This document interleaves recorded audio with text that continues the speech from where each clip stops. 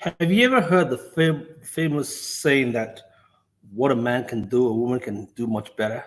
Well, this particular month, the month of March, we have completely dedicated it onto women becoming.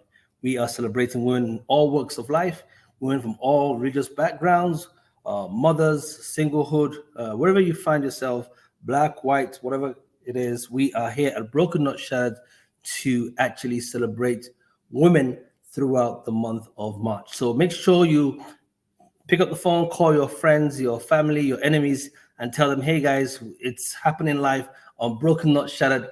This is your host, Ike O. And today, my guest, someone a few might know, others might not know, but I think she has a great and phenomenal story to tell us about who she is and her challenges. Welcome to Broken Not Shattered for the very first time from Atlanta, Georgia, Dr. Amara. Hey, Hi. Dr. Amara. Hey. How are you? I'm I'm good. How are you? Great, great. Thanks for having you on our show, Broken Not Shattered.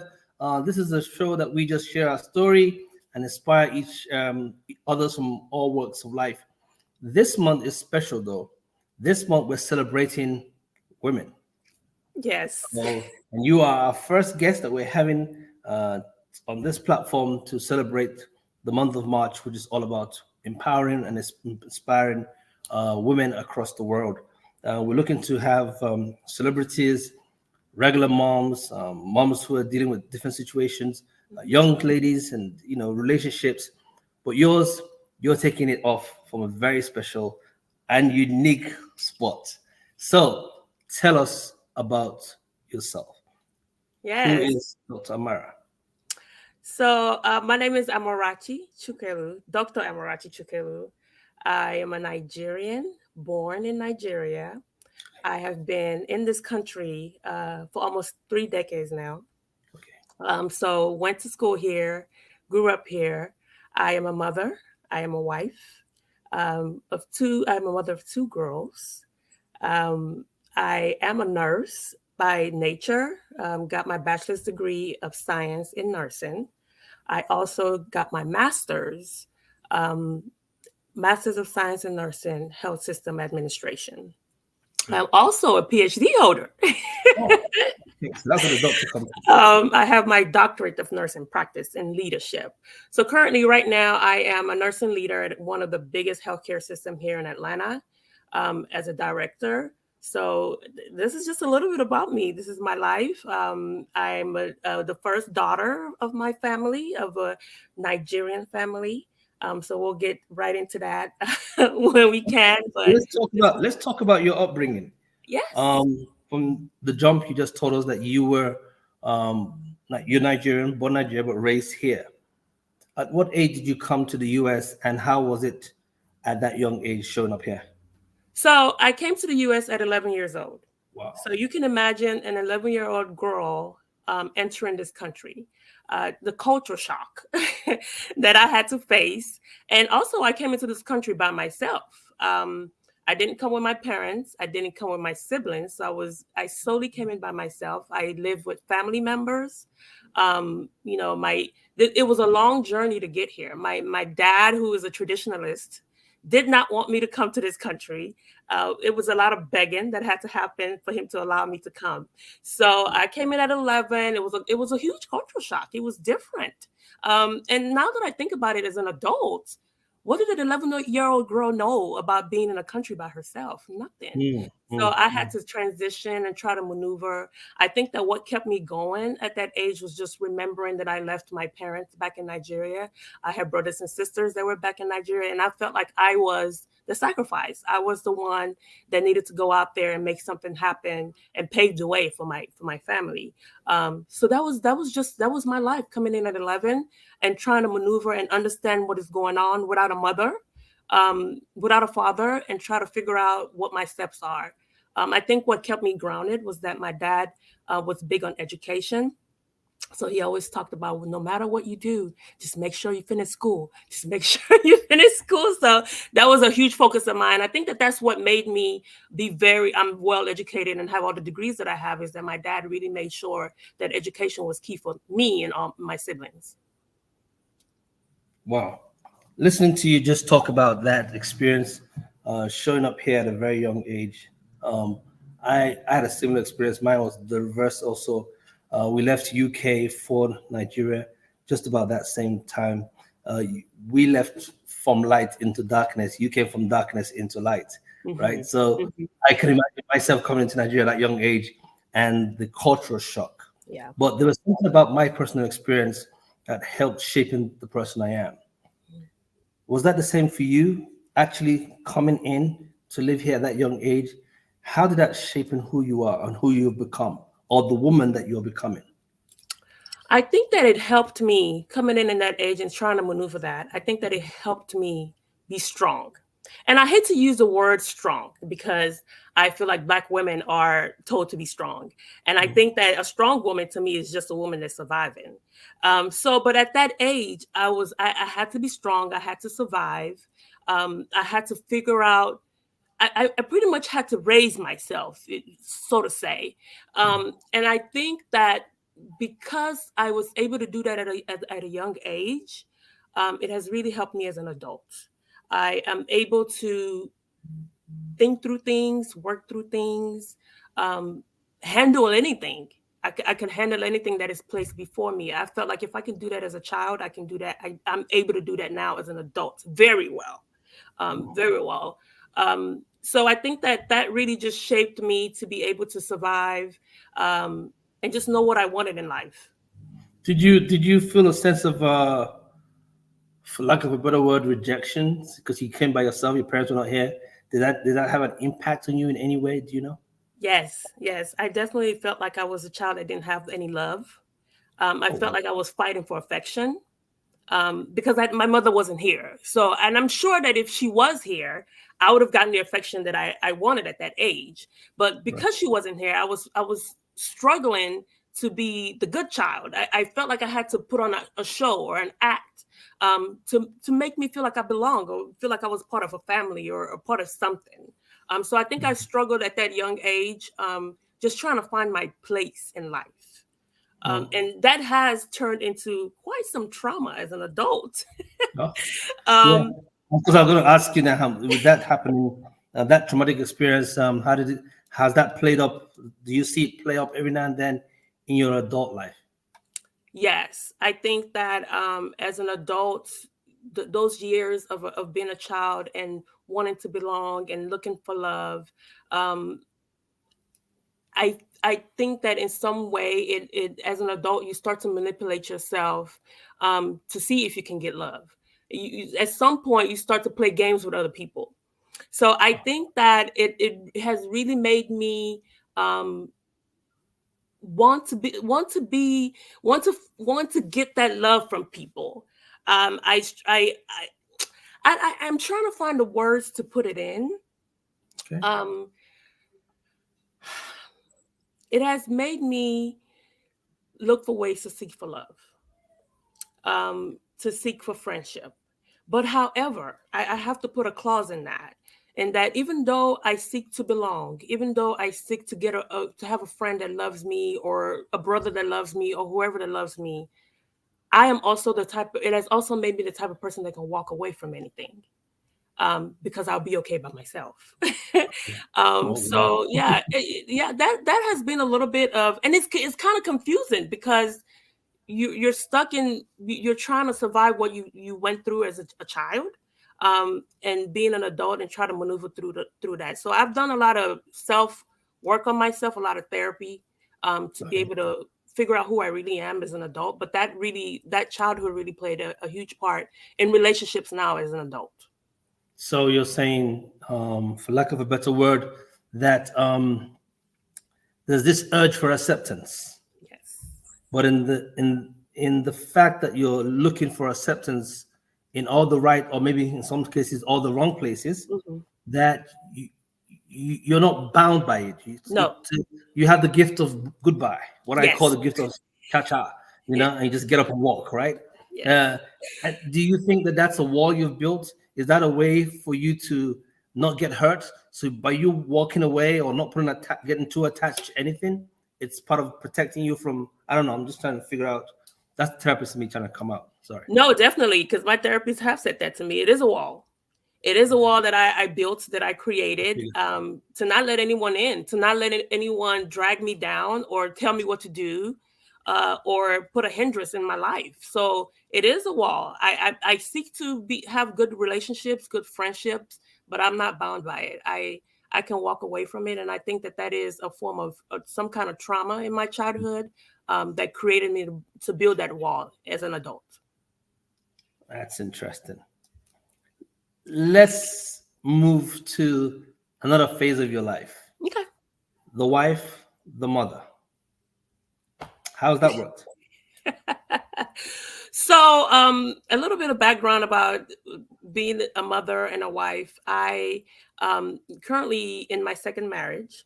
Oh, Yeah. So I got married at a very young age. I got married at 23.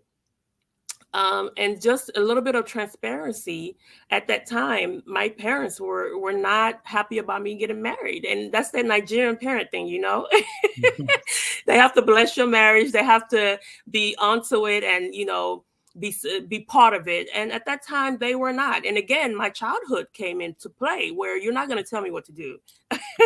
I am now free yeah. from being bound by anybody, you know. Correct, correct. So I fought back. I said, no, I'm gonna get married, and I got married. And I had my daughter. She's now 15. So Wow.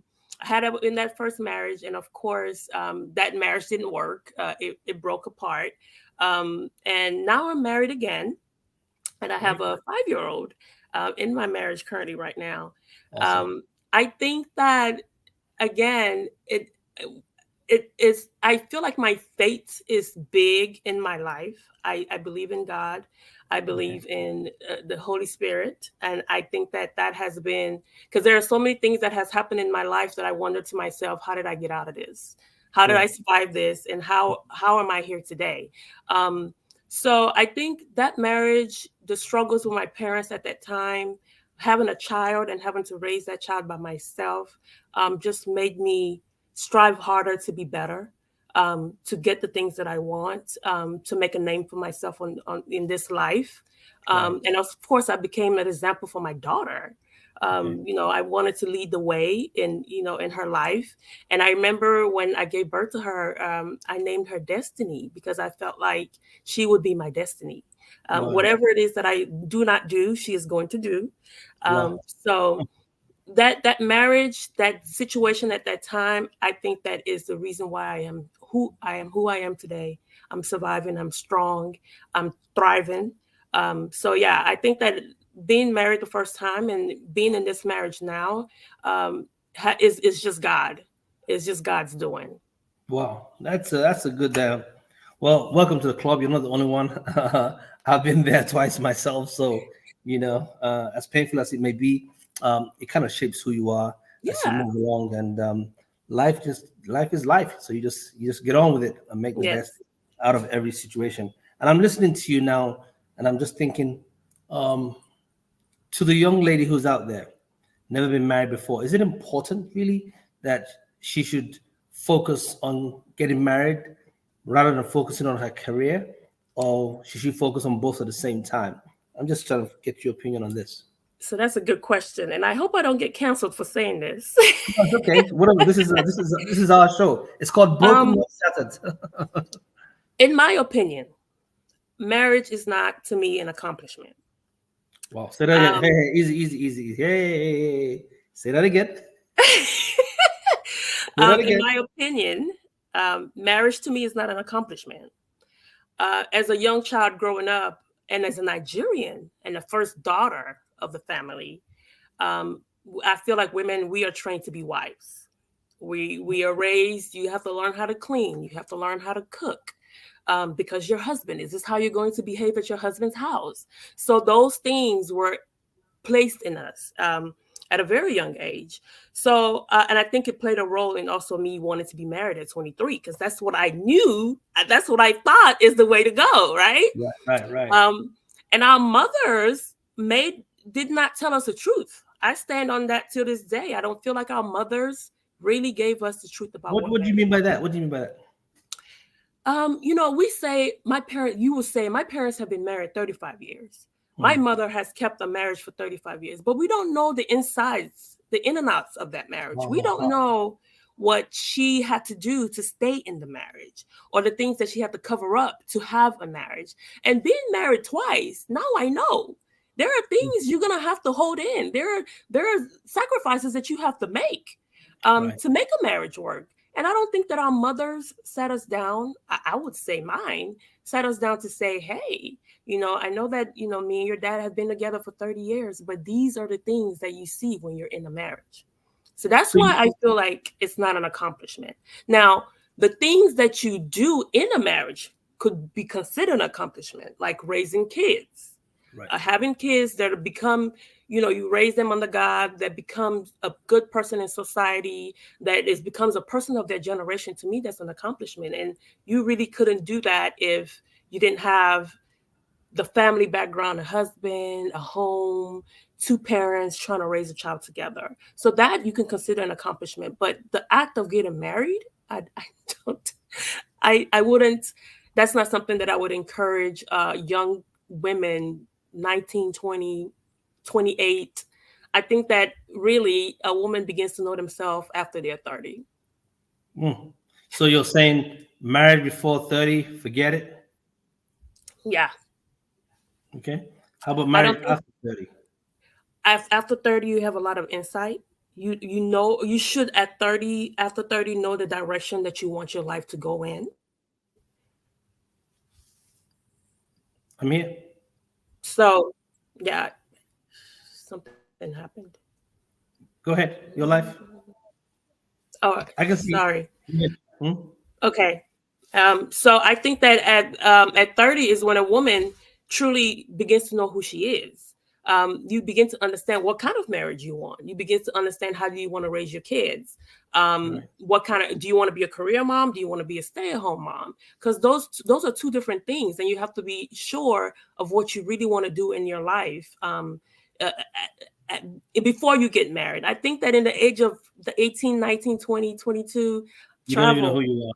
You don't know who you You don't are. know Find who out who you you are. are. Yeah. Go see the world. Go Yeah. go to parts of Africa and figure out what you're trying to Yeah. do in It's a life. big thing. You're right. You're so right.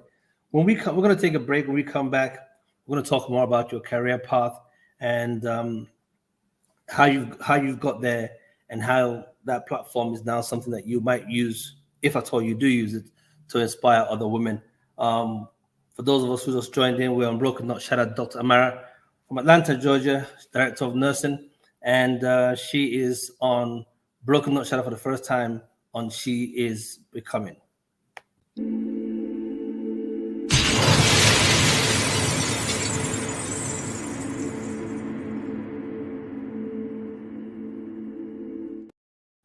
She is becoming broken, not shattered. You are welcome again, Dr. Mara. Um, we talked about your personal life, your childhood, how all that played out, coming over from Africa to live here in the US, and you have now accomplished a lot in such a short space of time. Had a few mishaps on your own. First marriage did not go well, wasn't blessed by the family. Now you got a marriage that's working, being blessed by the family. Out of those two marriages, two beautiful daughters, if am I correct? Yes. Oldest 15, youngest at 5. And so you're juggling both motherhood and the career itself. Tell us about your career. How did you get into nursing and why nursing? Is it just because that's what most women do when they come from Africa? I'm just asking. I mean, why nursing? Did nursing choose you or did you choose nursing? That's a good question. So I would say that God chose nursing for me. Okay. I All think right. that as a child growing up, my prayer has always been, God, I want you to give me something where I would never have to beg for bread. Okay. And at that time, nursing was it. This was back in 2005, I think, or 2004 that I started my nursing career. I mean, my nursing education. So nursing was very hot, a hot thing to get into. So I chose to go into it. Very difficult degree to earn. I mean, my hats off to nurses all across the world. It is a difficult degree. So it was very difficult. I mean, I watched classmates drop out. and did not make it through. So very difficult degree. Once I got into nursing and got into the bedside, I realized that I didn't want to be a bedside nurse. I mean, I would love to take care of patients, but I don't want to be the one that's taking care of 5, 6 patients at a time. So I naturally knew that I had a leadership skill in me. I knew that I could be a leader. People are very drawn to me. I have people that are very open to talking to me and listening to me. So I went the route of leadership. I got my master's in health system management. And immediately, as soon as I graduated, I found a a leadership position, and I stepped right into it. Wow. Um, so I've been a nursing leader for almost 8, 9 years now. And how's that Um, working? it is working really. I mean, I love it. I love what I do. I am lucky enough to have climbed the career ladder. Starting off as a manager, I was a manager for a very long time. Really worked very hard to become the director of nursing, and I was the director of nursing in a prominently, I would say, white environment. So Okay. that was an accomplishment for me, and it was something that I fought for.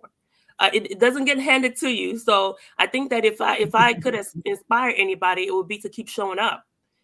Be the best at what you do.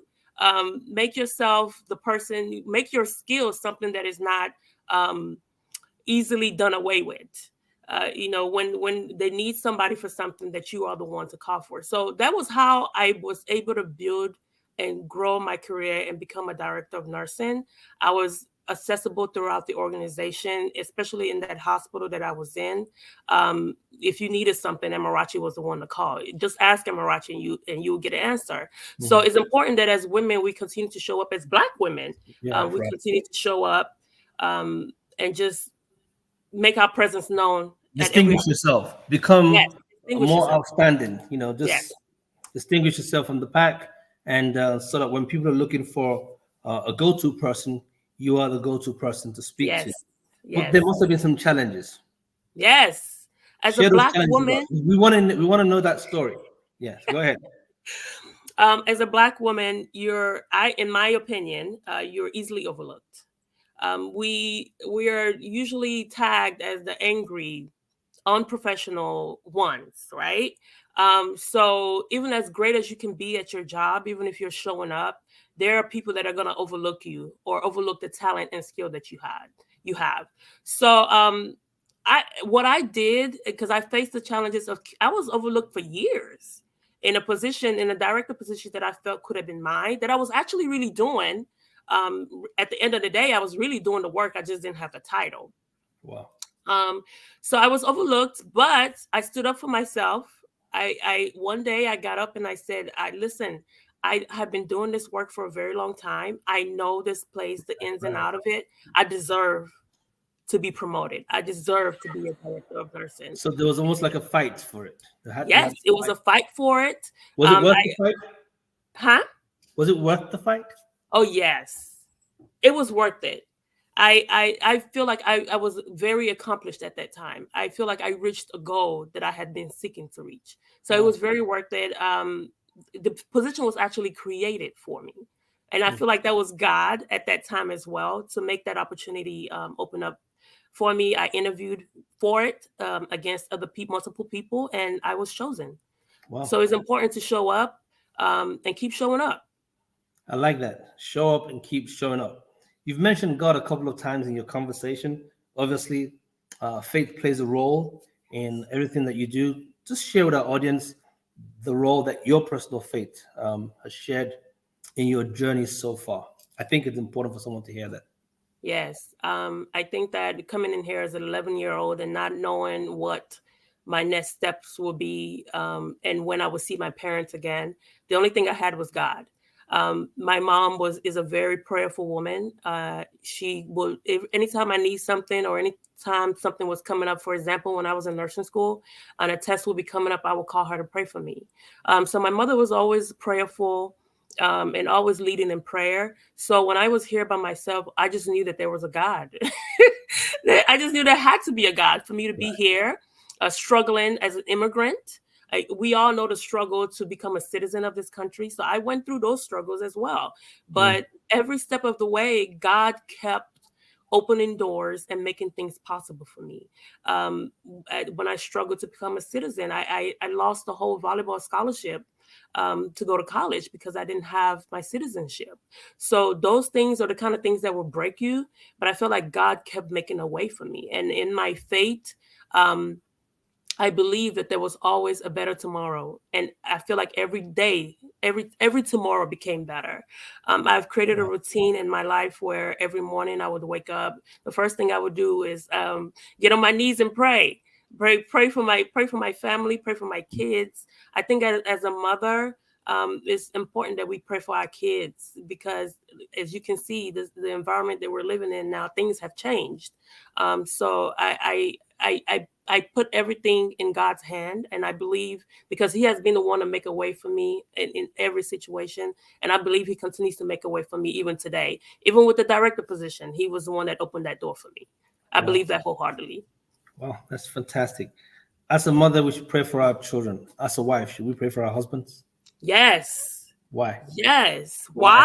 Why? Why? Oh my God, I think that a wife's prayer is what grows her husband. Yes. Without if you're not a prayerful wife, I don't know how far your husband will go. Wow. I am the type of person, and this is just a perfect example. Me and my husband own a business. Um, because we're in healthcare. So we do own a lab out here in Atlanta. And Mhm. ever since we started that process, it has been prayer upon prayer. Even when we opened it up, I am the type of person that will go in the middle of the night to go out there and pray in front of that Wow. place. Oh, So I believe in God. I believe in the things that He do, and I believe that a wife has to be on her knees, praying for the steps of her husband every single day. That's the only way. I completely agree with you. Totally, totally agree with you. Especially if those prayers are genuine prayers out of the sincerity of your heart and out of love for your husband. I think Mhm. it goes quite a way. Yes. Two more questions and we're done. I know time moves so fast in this show. You know, I've been asking Yes, my I'm team gonna have to come backstage. back. Yes, I know. You're just getting started. They get all G'd up and like, oh, it's almost time. Well, believe it or not, we've done almost 28 minutes, and uh, I try and get my team to see if we can actually start expanding it. But I guess it's the audience that will say you can go longer. I can. We can take it from there. If you believe that we should go long, please put it in the chat and tell us to go long. If you want us to keep it at 30, we'll keep it at 30. Okay. So, so back to what I was saying. Two questions, like I said. One, um, I'll ask the other one towards the end. There's a lot going on in the political world here in America, and you can see the issues of women are right in the center on both ends. I don't want to put you on the spot because of your professional position of who you are and the leadership you hold. What are your thoughts generally, just generally, on how should a woman have a right to her own body? And if the answer is yes or no, why? Yes, of course a woman should have a right to her own body. It's her body. Right. Um, I think that as human beings, that is, I feel like it's a human right. Like I as a woman that has had two children and both through C-sections, my last childbirth, I thought I was dying. I was in the operation room. My blood pressure was in the 60s. My husband kept having to tell the anesthesiologist right next to me, hey, you need to crank up that IV fluid. It's dropping. It's dropping. That is near death. Hmm. So for somebody else to make the decision for me on whether I should have a child or not, that's inhumane to me. I think that a woman should have a right to decide if she wants to have a child or not. Same way you lay down and have a right to get pregnant. You should have a right on what decision you want to make with it. That's completely up to you. That's between you and your God, and I cannot judge that. But because women's life are in danger every single time they go into a hospital to have a child, I think that a woman should be able to make her own decision on childbirth. And so these men should not be the one calling the shots to say the law Definitely not. says. Okay. All right. I just wanted to ask that question because I know someone's going to say to me, "Hey, what do you think about this? How come you didn't ask that?" Last question before we wrap up. What would today's Dr. Mara say to the 11-year-old Amarachi that just came into America? Hey, girl, you gonna do it. You're You're going gonna to do do it. I will tell her, keep going. Um, work on whatever it is that you desire to be, you can be. Do not allow environment and the things that surround you distract you from the goal. Keep it. going. Even when you're faced with adversities and things come up that cut down on what you're working on, keep going. Keep showing up for yourself. I think Jay-Z said that recently. Keep showing up until Yeah, they call you just the keep showing boss. up. Just, And that's yes, keep showing exactly, up. That's what he keep said. showing up until they call you the boss. Because growing up, I was the girl that didn't think I was pretty. I was a girl that was overweight. So look at me now. I pride myself in my body and working out. So just keep going, keep showing up. They're gonna call you a big boss very soon, and they do now. So I think I would just tell her that God is faithful, and just keep going. It's gonna be okay. You will make it. That Fitness would and be what I exercise. would. You just mentioned that fitness and exercise. You work out how Yes, often? every day. Every Whoa, day. really? Okay. Oh, oh, really? You work? Yeah. Okay, okay. Yeah, my research team said that they saw something where they refer to you as the body. What does that mean? Yes, Amara the body. Yes. Have you Yes. seen it? No, I haven't.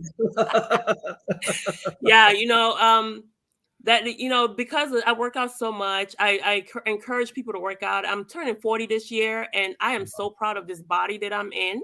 And I'm so happy that I can encourage other people to go out there and work out and get in the gym, and just work on your body, soul, and mind at all times. So proud to be called Amara the body. Wow. well, I'm Dr. Amara the body, which creates the balance in the woman herself. Thank you for joining us on Broken Not Shattered. It's been a joy having you, listening to you, and I agree with you. We should stay fit, work out, and stay healthy.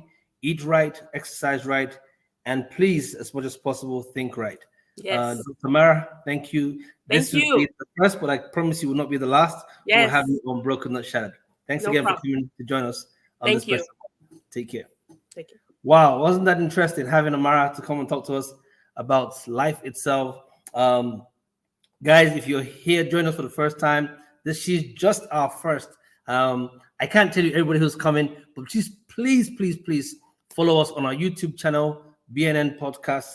Click on the notification button so you can also know when we're coming on, and subscribe. Tell your friends, your loved ones, your family, even tell your enemies, hey, I don't like you, but go join Broken Not Shattered on BNS Podcast, or on our Instagram channel handles, Facebook. We're all there. Just go ahead and find out what's going on, because this month is going to be very interesting.